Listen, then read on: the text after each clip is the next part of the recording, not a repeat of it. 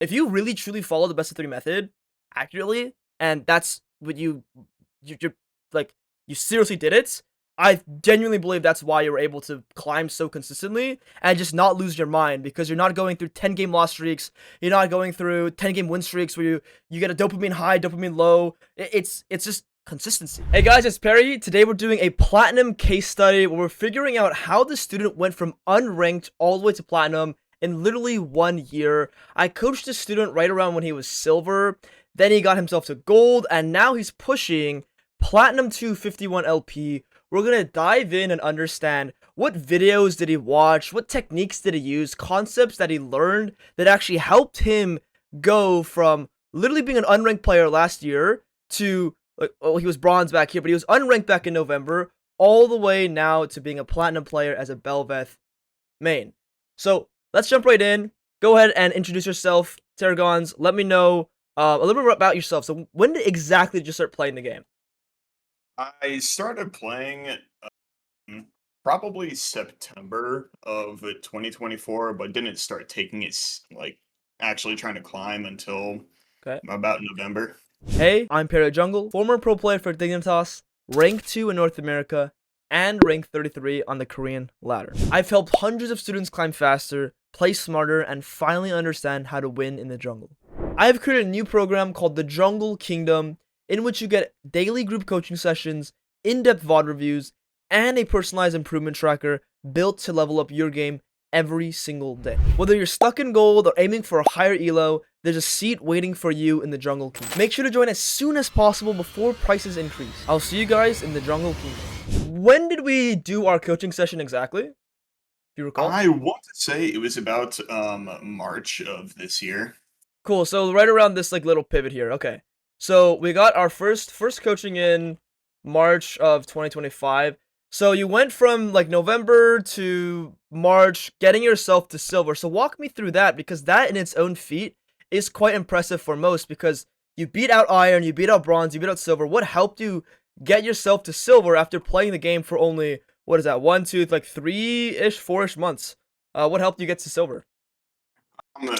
Funny enough, one of the first videos I saw of you was I think the title was "Please Gank Me, Babe," and then it was "I Must Farm" with a picture of Interesting. Rek'Sai. Okay, Um, so it was a but Rek'Sai game, or I think it was when you were playing Rek'Sai, but oh, okay, cool. it was the first thing I saw of you, but it was pretty much just focus on my farm, focus I on clearing camps, and then everything comes after that. this is the video. Oh, I'm not sharing my screen, but this is the video. Yeah, let me share my screen for you so you could follow through. Um, Babe, gank me, please, and then how to play like Yeah, a psycho. Cool. yeah, yeah. So I'm gonna put this. I'm gonna link this here so people can also follow through and understand what video you used. So the idea was what you focused on farming for yourself. Is that right? Yeah. Okay, cool. It was So pretty much a farm for myself and just be selfish. cool. Farm for yourself and be selfish. So, farming for yourself and being selfish.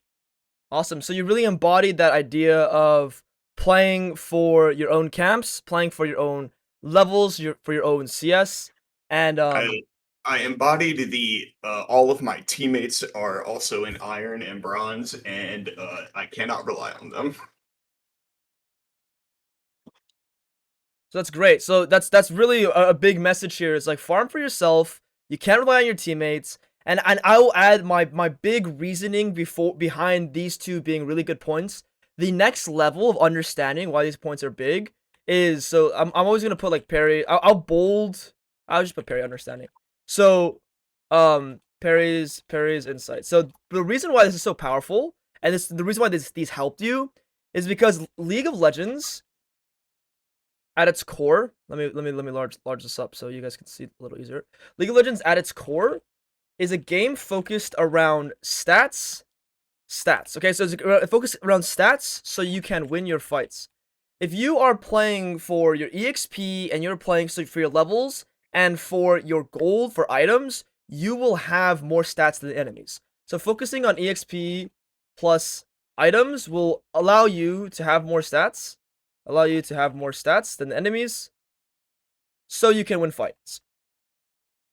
Right? So a level is a roughly around each level is roughly around 700 gold worth of stats. And then items are obviously worth a shit ton. And then level 6, 11, and 16 for whatever champion you're playing is also worth a shit ton. Okay, so that's great. Do you think there's anything else that really helped you get to silver? Muting chat. Holy. Muting chat. Beautiful, beautiful, beautiful, beautiful sentiment here. So we played without chat on. So walk me through a little bit more about why this is so important to you. Because I don't need my inting top laner and mid laner constantly spamming me messages asking me for ganks when they're just perma shoving lane and I just cannot gank that. Right. So It's just a nightmare trying to deal with people. 100%. And if you are seriously devoted to the climb, I don't care how good your mental is, I don't care how confident you feel as a person, play without chat. So go to your interface and go to turn party chat on. Really glad you took this piece of advice as well. I believe you're still playing with chat off, yeah? Oh yeah. Yeah, great. I'll turn it on in ARAM just because we're having fun, Yeah, but yeah. It's really quick, really easy to do that. Like ARAM or with fives or with your friends, great, turn it on. But otherwise, play with chat off. I love that.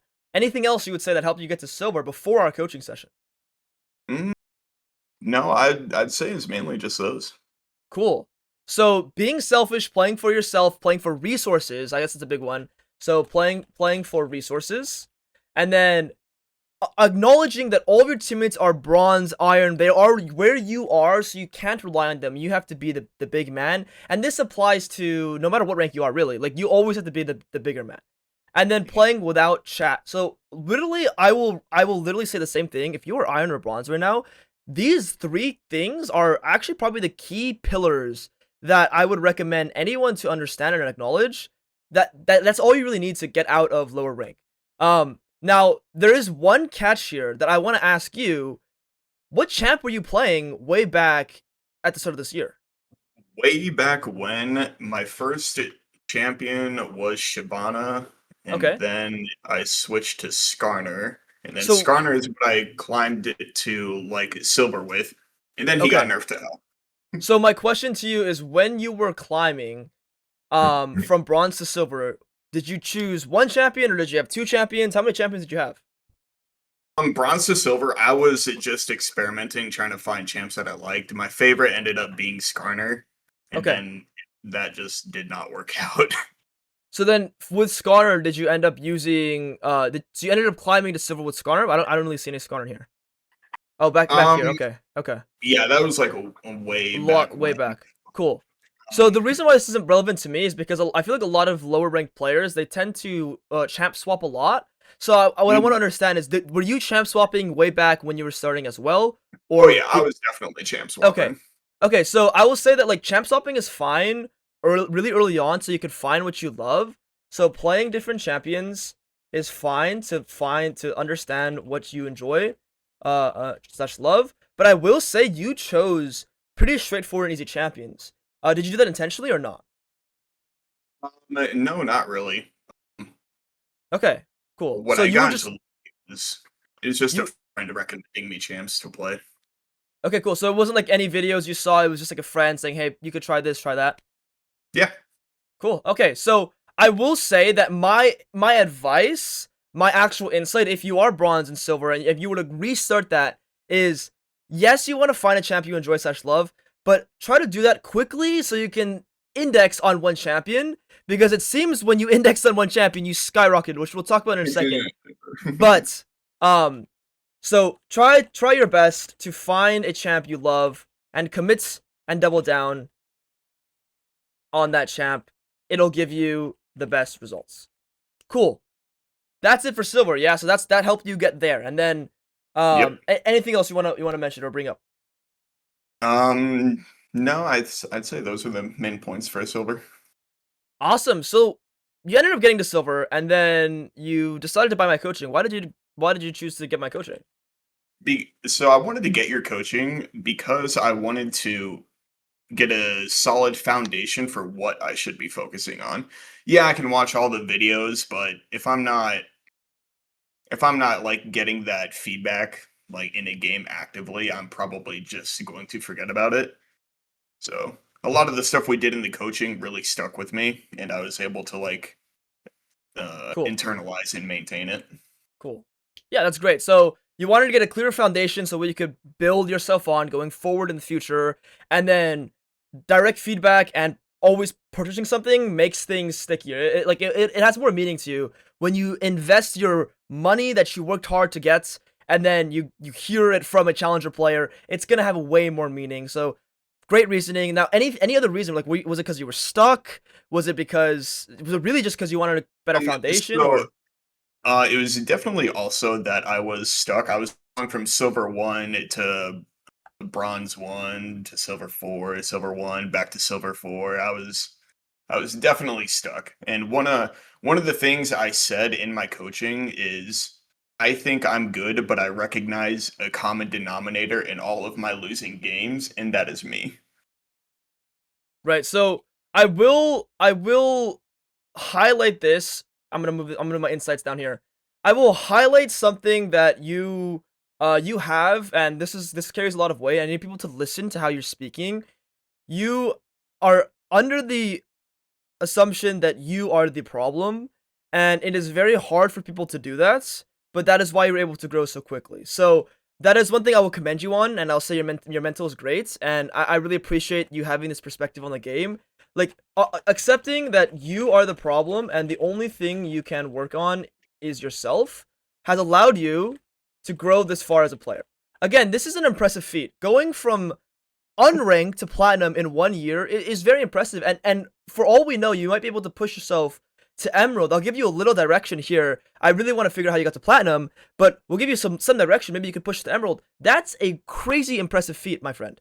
I was hard stuck bronze 5 for 2 years. The next year I was silver. The next year I was still silver. Like, it took me 4 years to even eventually get to platinum. Granted, I was like in like elementary school, but still, a lot of players that I've coached, a lot of people that I've seen, not even speaking from my side, a lot of people that I've seen, they struggled getting out of bronze. They played the game for a long, long, long time. So you're accountable for yourself. That's the key thing. You're being accountable. You're taking accountability, and I really appreciate that. So awesome, cool. So you were hard stuck, and that eventually held like told you, okay, let me get some coaching, get some fundamentals, get some discipline, in League of Legends. Cool. So from the coaching you had with me, what do you think were the biggest takeaways for yourself? The biggest thing you grilled me on Uh huh. was my camera. Like watch fights, watch what people are doing, and watch what people are buying. Know who is strong. So, most important piece of feedback was information gathering. Yes. Specifically, specifically, items, HPs. You said summoners or no? Sums, yeah. I'm focusing a lot more on sums right So now. items, HPs, sums. What else was there? Ultimates. You said, yeah. That and camera, just in Ultimates, general. and then just and using. Okay, yeah. So we'll add this. Using your camera more frequently when to try and collect these pieces of information. Awesome, cool. Anything else that really you took away from this the coaching with me? I think those are like the big main ones. Cool. So information was the big thing you were lacking, you would say. hmm I went into it thinking my tempo was a problem, but that turned out to be fine, and it was mainly just information gathering. Awesome. So I'll relate the reason why you thought tempo was a problem, and then why it actually wasn't a problem. It's because you actually embodied farming efficiently. So one thing I'll say, what farming efficiently like really looks like, and I'll put this up here so notes are closer together. So I'll put this at the top actually. So farming efficiently, keeping good tempo is all about getting to your camps on spawn. And if you are following that video that way back before, I think all I did in this video was realistically just I'm on my camps on spawn. So if you look right here, I'm clearing my camps, clearing my camps, clearing my camps. And then if we go straight to 415, as you guys can see, I'm Right on my there. camps on spawn. I'm on my camps on spawn. I'm on my camps on spawn. There's a little skirmish, whatever, but like throughout majority of the game, I'm back on my camps on spawn. I'm back on my camps on spawn. So if your tempo feels off, it's because you're not on your camps on spawn.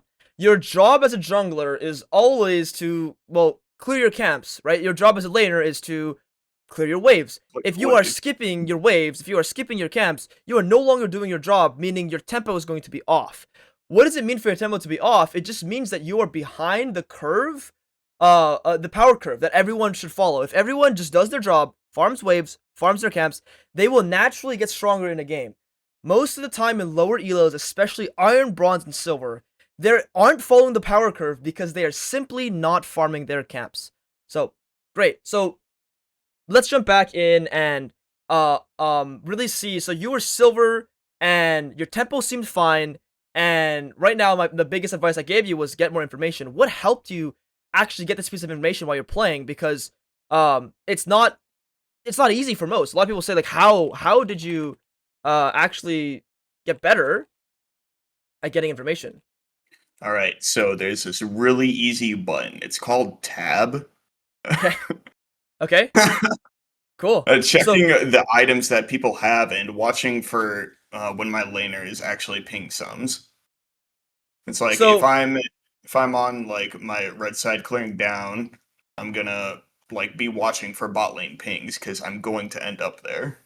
So when clearing weak side, we'll call this, to strong side, we are looking at our strong side's conditions. Cool. So what prompts that is weak side, where we're clearing our weak side camps, and then we want to look at our strong side conditions. So that's great. So what you have done for yourself is you've created a trigger. Whenever I'm clearing my weak side camps, and for those who aren't really following, let me show you guys what I mean by clearing our weak side camps. So if you're clearing towards the bot side, like you mentioned, what's going to happen is you are going to be clearing 1 camp here, 2 camp here, 3 camp here, and while our student Terragons is up here, what he's looking at is, I'm going to be down here eventually. I want to see what's going on in the bot lane while I'm up here. So you've created this trigger for yourself. Whenever I'm on my weak side, I will look at my strong side. So we'll label this as weak side, strong side, strong side. Cool. And then if you flip it, it's the same. It's weak side, strong side, strong side. So if you're clearing upward, you are, while on your bot camps, while on Krugs, while on Raptors, looking at top lane. That's good stuff. That's you creating a trigger. What helped you create a trigger for holding tab? It was that coaching. You just completely grilling the shit out of me. Cool. Cool. So I really just told you. I think ultimately what I told you then to get better information gathering It was is, it was specifically you kept asking me questions, getting me to prompt myself, and so I would ask you, all right, so what should I be doing right now? And you're like, hold yeah, tab, gather information, yeah. see what you should be doing. So Go so look. so most players do this. Actually, most players do this. They ask the question. So information gathering, and I'll just talk about this for a second here. So most players do this very well. They're like, oh, well, what do I want to do? What do I want to play for? What is good for me to play for on the map? Okay, people are really good at asking questions. They say want to know the answer. What they're bad at is the next step, which is information gathering. So if you ever find yourself asking, what do I do? What do I play for? Should I go top, mid, bots? The step you're missing is not like, I feel like people ask the question and they're like, assume they're supposed to instantly know or immediately know.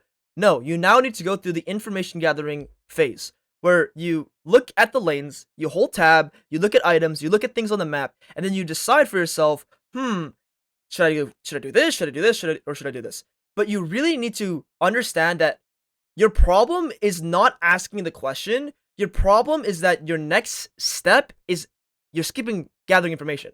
So whenever you prompt your brain with a question, get any piece of relevant information that can help you answer the question. Okay, you have the test question. Now you need the context.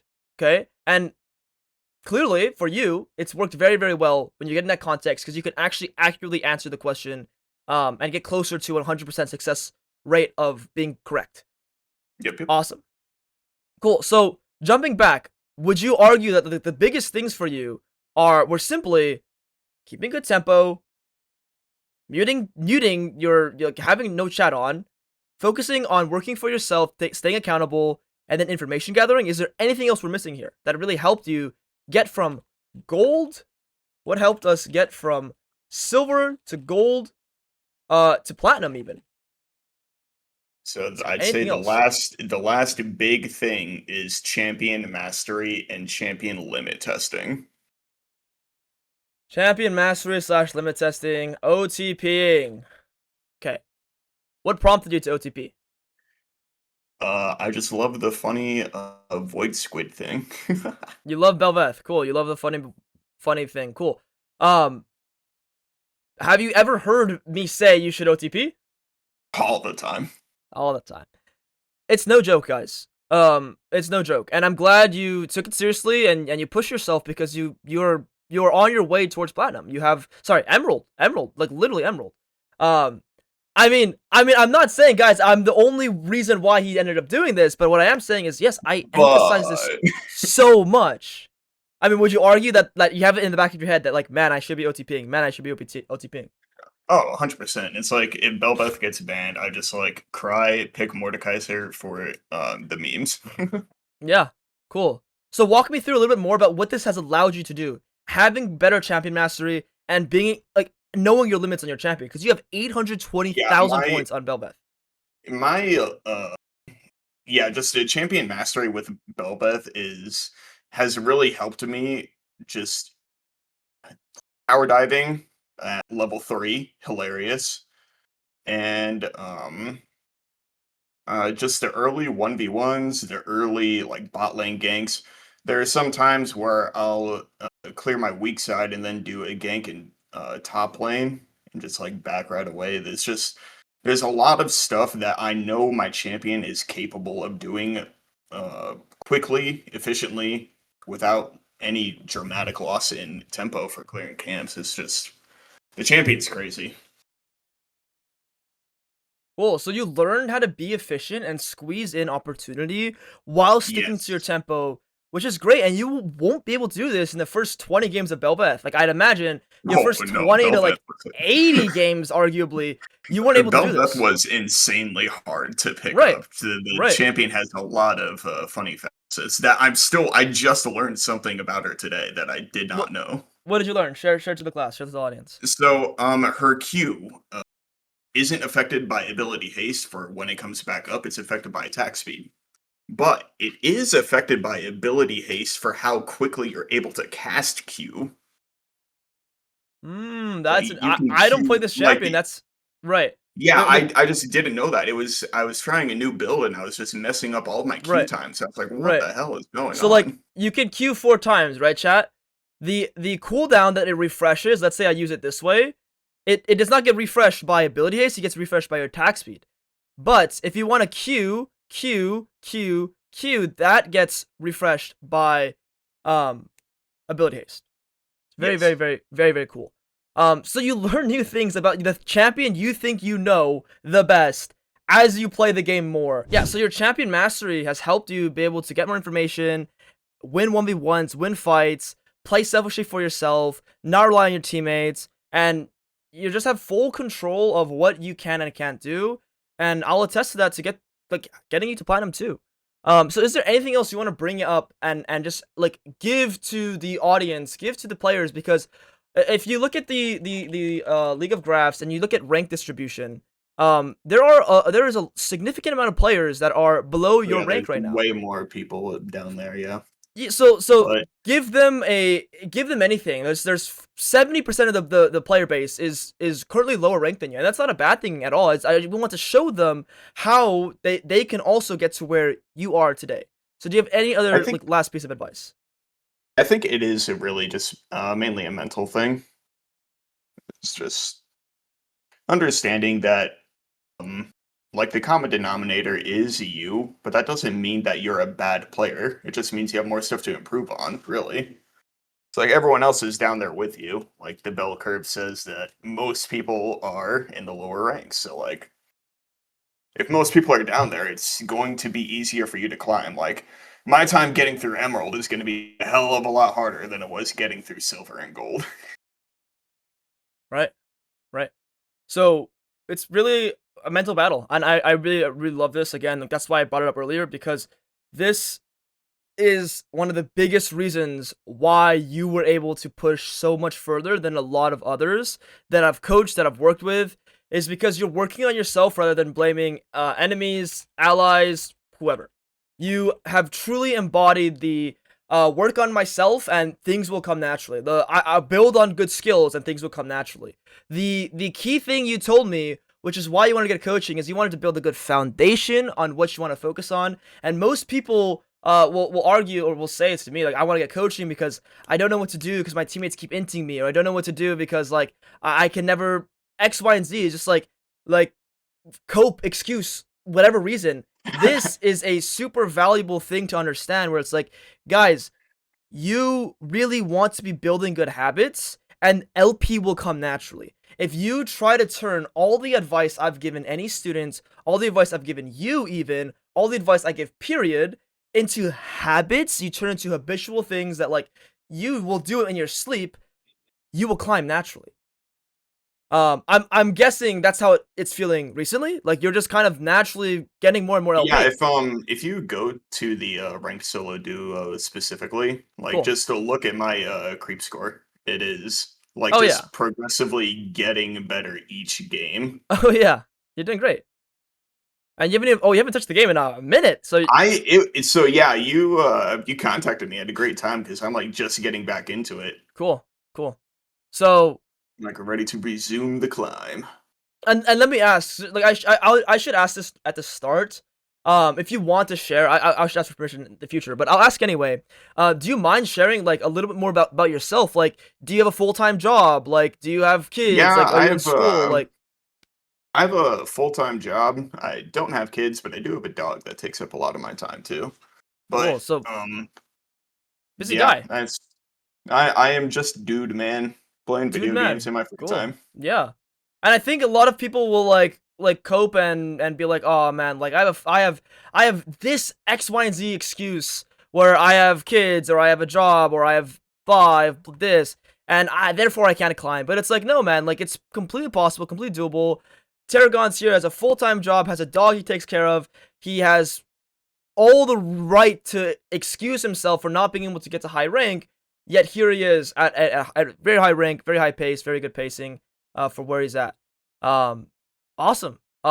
Mentality, guys. Let's do an overall recap of the biggest takeaways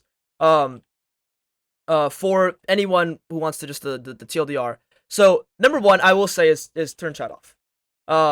Just have party chat on. Party chat on. I think that's the like fundamentally one of the best things that you've done for yourself is just tap shut off. A big mental win. Cool. Number two is play to clear your camps on spawn to keep good tempo. I think you've done that very well. I think it shows. Your CS having 7 CS average is very solid, especially when you were a lower ranked player in the past. To maintain that and push that, because I'd imagine way back before you were like closer to 5 I 6. think there were games where I had like a solid 3. Right. So you're balancing your stats out. Next season will be even better for you. Okay, so next one is understanding that actually let's turn this into number 3. I think number 2 is um understanding that you need to be accountable for your own mistakes and you control every game you play with what you can/can't do.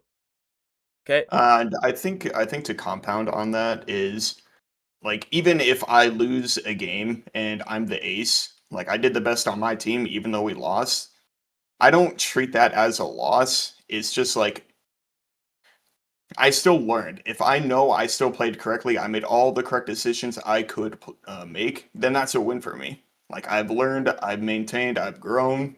Um, just because I lost some LP does not mean I'm getting worse at the game. Beautifully said. Beautifully, beautifully said. I think when I was going to become a pro player, I got caught in the, oh, if I'm not getting LP, I'm not getting closer to top 10, rank 1. No scouts are going to see me. No one's going to acknowledge me. So then I start stressing all my losses. The moment I was actually able to get to top 10 was when I flipped the switch and I was like, okay, every game I play is a win. If I queue up today, I'm winning. I just need to treat it like that because I can grow as a person, as a player, and in the long term, I will be the winner if I grow. If you show up and you treat it for what it is, and you try to expand on yourself and learn and grow as a person, you will win over time. You're not going to win immediately, but over time you will win. Like for example, you didn't grow immediately after our coaching session. In fact, you deranked one rank, or like you were still plateauing from March Mhm. to April. And it's like, okay, things start clicking. When things click, you'll go crazy. You skyrocket. And this is the epitome of just understanding that like you need to build habits and keep going at it. And it's not just like a I'm gonna skyrocket immediately. I'm gonna be the best player and I'm gonna win 10 games in a row after coaching. It's like no, you are working on building good habits. Cool. I'm gonna add this here as like you like turn every concept slash skill into a habit you can constantly repeat. Okay, and then we can talk more about the habits. So play to clear camps, play for your own resources, um, so you can have more stats than everyone in the game. And then the last one is work on information gathering, so you can make proper decisions. Is there anything that I'm really missing here? Oh, OTPing, No, yes, OTPing, OTP. so you can have champion mastery. So if we were to do an overall recap of the most important things that this student used to go from literally being an unranked player all the way to becoming a platinum player, the first things in silver were really just turning chat off, um, understanding that you need to play for himself and farm, ignoring teammates as well, you can't rely on them, and then just pushing himself all the way to platinum now. It's the rest. It's good mentality. It's good understanding of, you know, being Yep. accountable for yourself, and then turning skills into habits. And last few things was just like information gathering, OTPing, and here we are on our way to Emerald. Um, that's awesome. Is there anything you want to add on to this? Um, Not really. It's like after I do build those skills, make them habits, I'm still adding stuff. It's like Right. I'm never stopping. I'm You never never just stop. content. It's a game. It's a never-ending game, and this is why League is so fun because I'm a challenger player. I've hit rank 2. I've been challenger the last 5 years, and I'm still like, holy fuck! There are so many habits I can implement. There are so many new things I'm learning. That's why I have so much love for this game and depth for this game because I'll play off role or I'll coach off role, and I'm like, wow, I can implement a brand new habit into the way I play the game, and I've like, I feel like I've completed the game. Like I've aced like I feel like I've 100% of the game, but it's like no, there's just so much depth, and I'm glad you can see that as well. It's like there's no need to be complacent with where you are. You're doing a great job, but like there's more to do. I love that for you, man. Cool. Do you have any questions for me on what you could do to push yourself to get to Emerald? Like, do you have any like thoughts, comments, concerns that are like, hey man, like I'm struggling, or do you just kind of need to play more games? Like, what's going on I there? I think I'm at the part where I just have to play more games. Like I know what I need to work on. I know that it will come with time, Cool, and that's all I have to work with is just those two things. cool. So, have you ever heard of the best of 3 method? Yes, that is something I forgot to mention is during that entire climb, I was Oh, doing the best of 3 method. oh my goodness, that was man. If people skip this, if you're here still watching, this is probably one of the biggest things, bigger than having Cannot no chat. believe It's I like forgot that. we forgot the biggest thing, guys. So I mean, maybe my editor can put this at the front, but like genuinely speaking, guys, if you really truly follow the best of 3 method accurately, and that's what you're like, you seriously did it. I genuinely believe that's why you're able to climb so consistently and just not lose your mind because you're not going through 10-game loss streaks. You're not going through 10-game win streaks where you get a dopamine high, dopamine low. It's just consistency and it's building Oh, habits. I still hit those lost streaks in giraffe. Oh, in draft. Well, there you go. So most like playing best of using the BO3 method. If you guys don't know what the best of 3 method is, it's play 3 games a day max, win 2 games, lose 1. I'll really quickly write this down. It's like win 2 games, lose 1. Sorry, win 2 games, or your scoreline should be anything like this. Wins, loss. So that's all you're playing for the day. You're going 2-0, 2-1, 1-2, or 0-2. And then you call it. You call it quits. And you learn from all the games you play. And that's it. And then you go next day, you go next day, you go next day. If you win your best of 3s every single day, you will get to your rank goal no matter what. If you win your best of 3. So just do your best to apply this method the same way you did. Other than that, man, if you feel good, if you feel like your head's in a great spot, I think from all of what you've told me and you've applied, you're at a good position to be at. And I really look forward to kind of seeing what more you could do. Like, you can push your emerald, and maybe we could do another check-in on what you're doing, on how you're doing, I should say. This See is how long it takes me to push through Emerald. push through emerald. I mean, this is your last chance to sort of like hit me with any questions you have, hit me with anything follow-up that you want to ask. No, I really think I'm good, and thanks for just doing this video with me. Of course. I will give you one thing though, okay? So I have a way to check how many pings you've used. And we're trying to get the last ping, which is the big red danger ping. You are pretty close. You're around maybe 40-ish pings a game. You want to aim for 50 minimum, and you want to push towards that 100. If you can add that and squeeze that habit into all the other things you're working on right now, I can definitely do that. As do I it. think the main Do it. reason I have been lacking that is I don't like being the annoying teammate, but I Be also the annoying. realize that my teammates are bad. Stop pushing. You need to be. So the catch is there is a person in the world that's annoying about it, and there's a person in the world that's just right and wants you to win and wants to give you the right direction. So I will add that to my list of things to work on. great.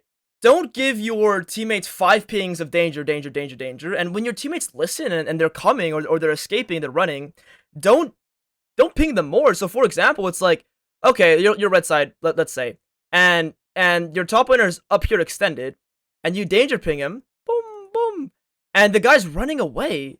Don't ping him more. That'll freak him out. I feel like a lot of the time it's like you want to actively ping around 3 times when talking to someone. Okay, 3 times is your ballpark, and I'll write this down for you. So, okay, so pinging.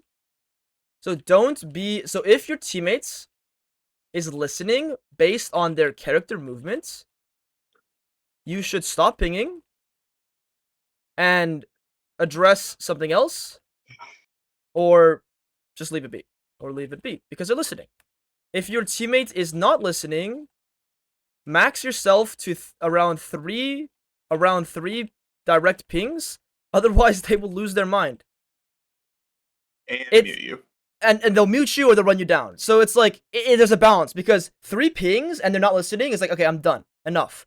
3 pings, you're not listening, and then I ping 2 more times. It's like, now not only do I like, am I not listening to you anyway? So fuck you. Now I'm also like, dude, this guy wants to control me. This guy is being annoying. This guy is being aggressive. Now I have this animosity towards you. So it's like we're now disconnecting the team. But if it's like, oh, he pinged 3 times, I'm stupid, and I kill myself anyway, it's like, all right, this guy tried to warn me. Like, all right, fine. Like, he's kind of annoying, but he's right.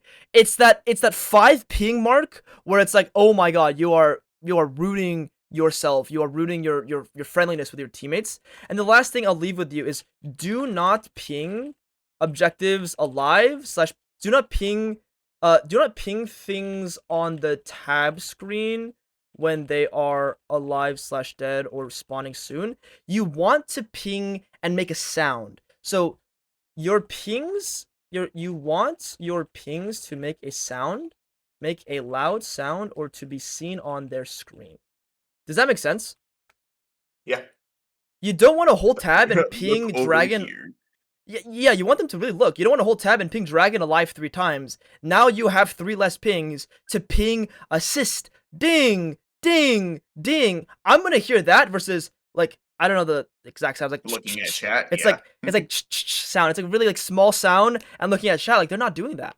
What they are going to look at is if you ping their face, you ping assist here, and then you ping assist here. They're going to be like, huh? What am I looking at? Oh, dragon. Oh shit, it's coming up. Okay, because you pretty much want to. So I would say pinging is not about telling. It's about guiding.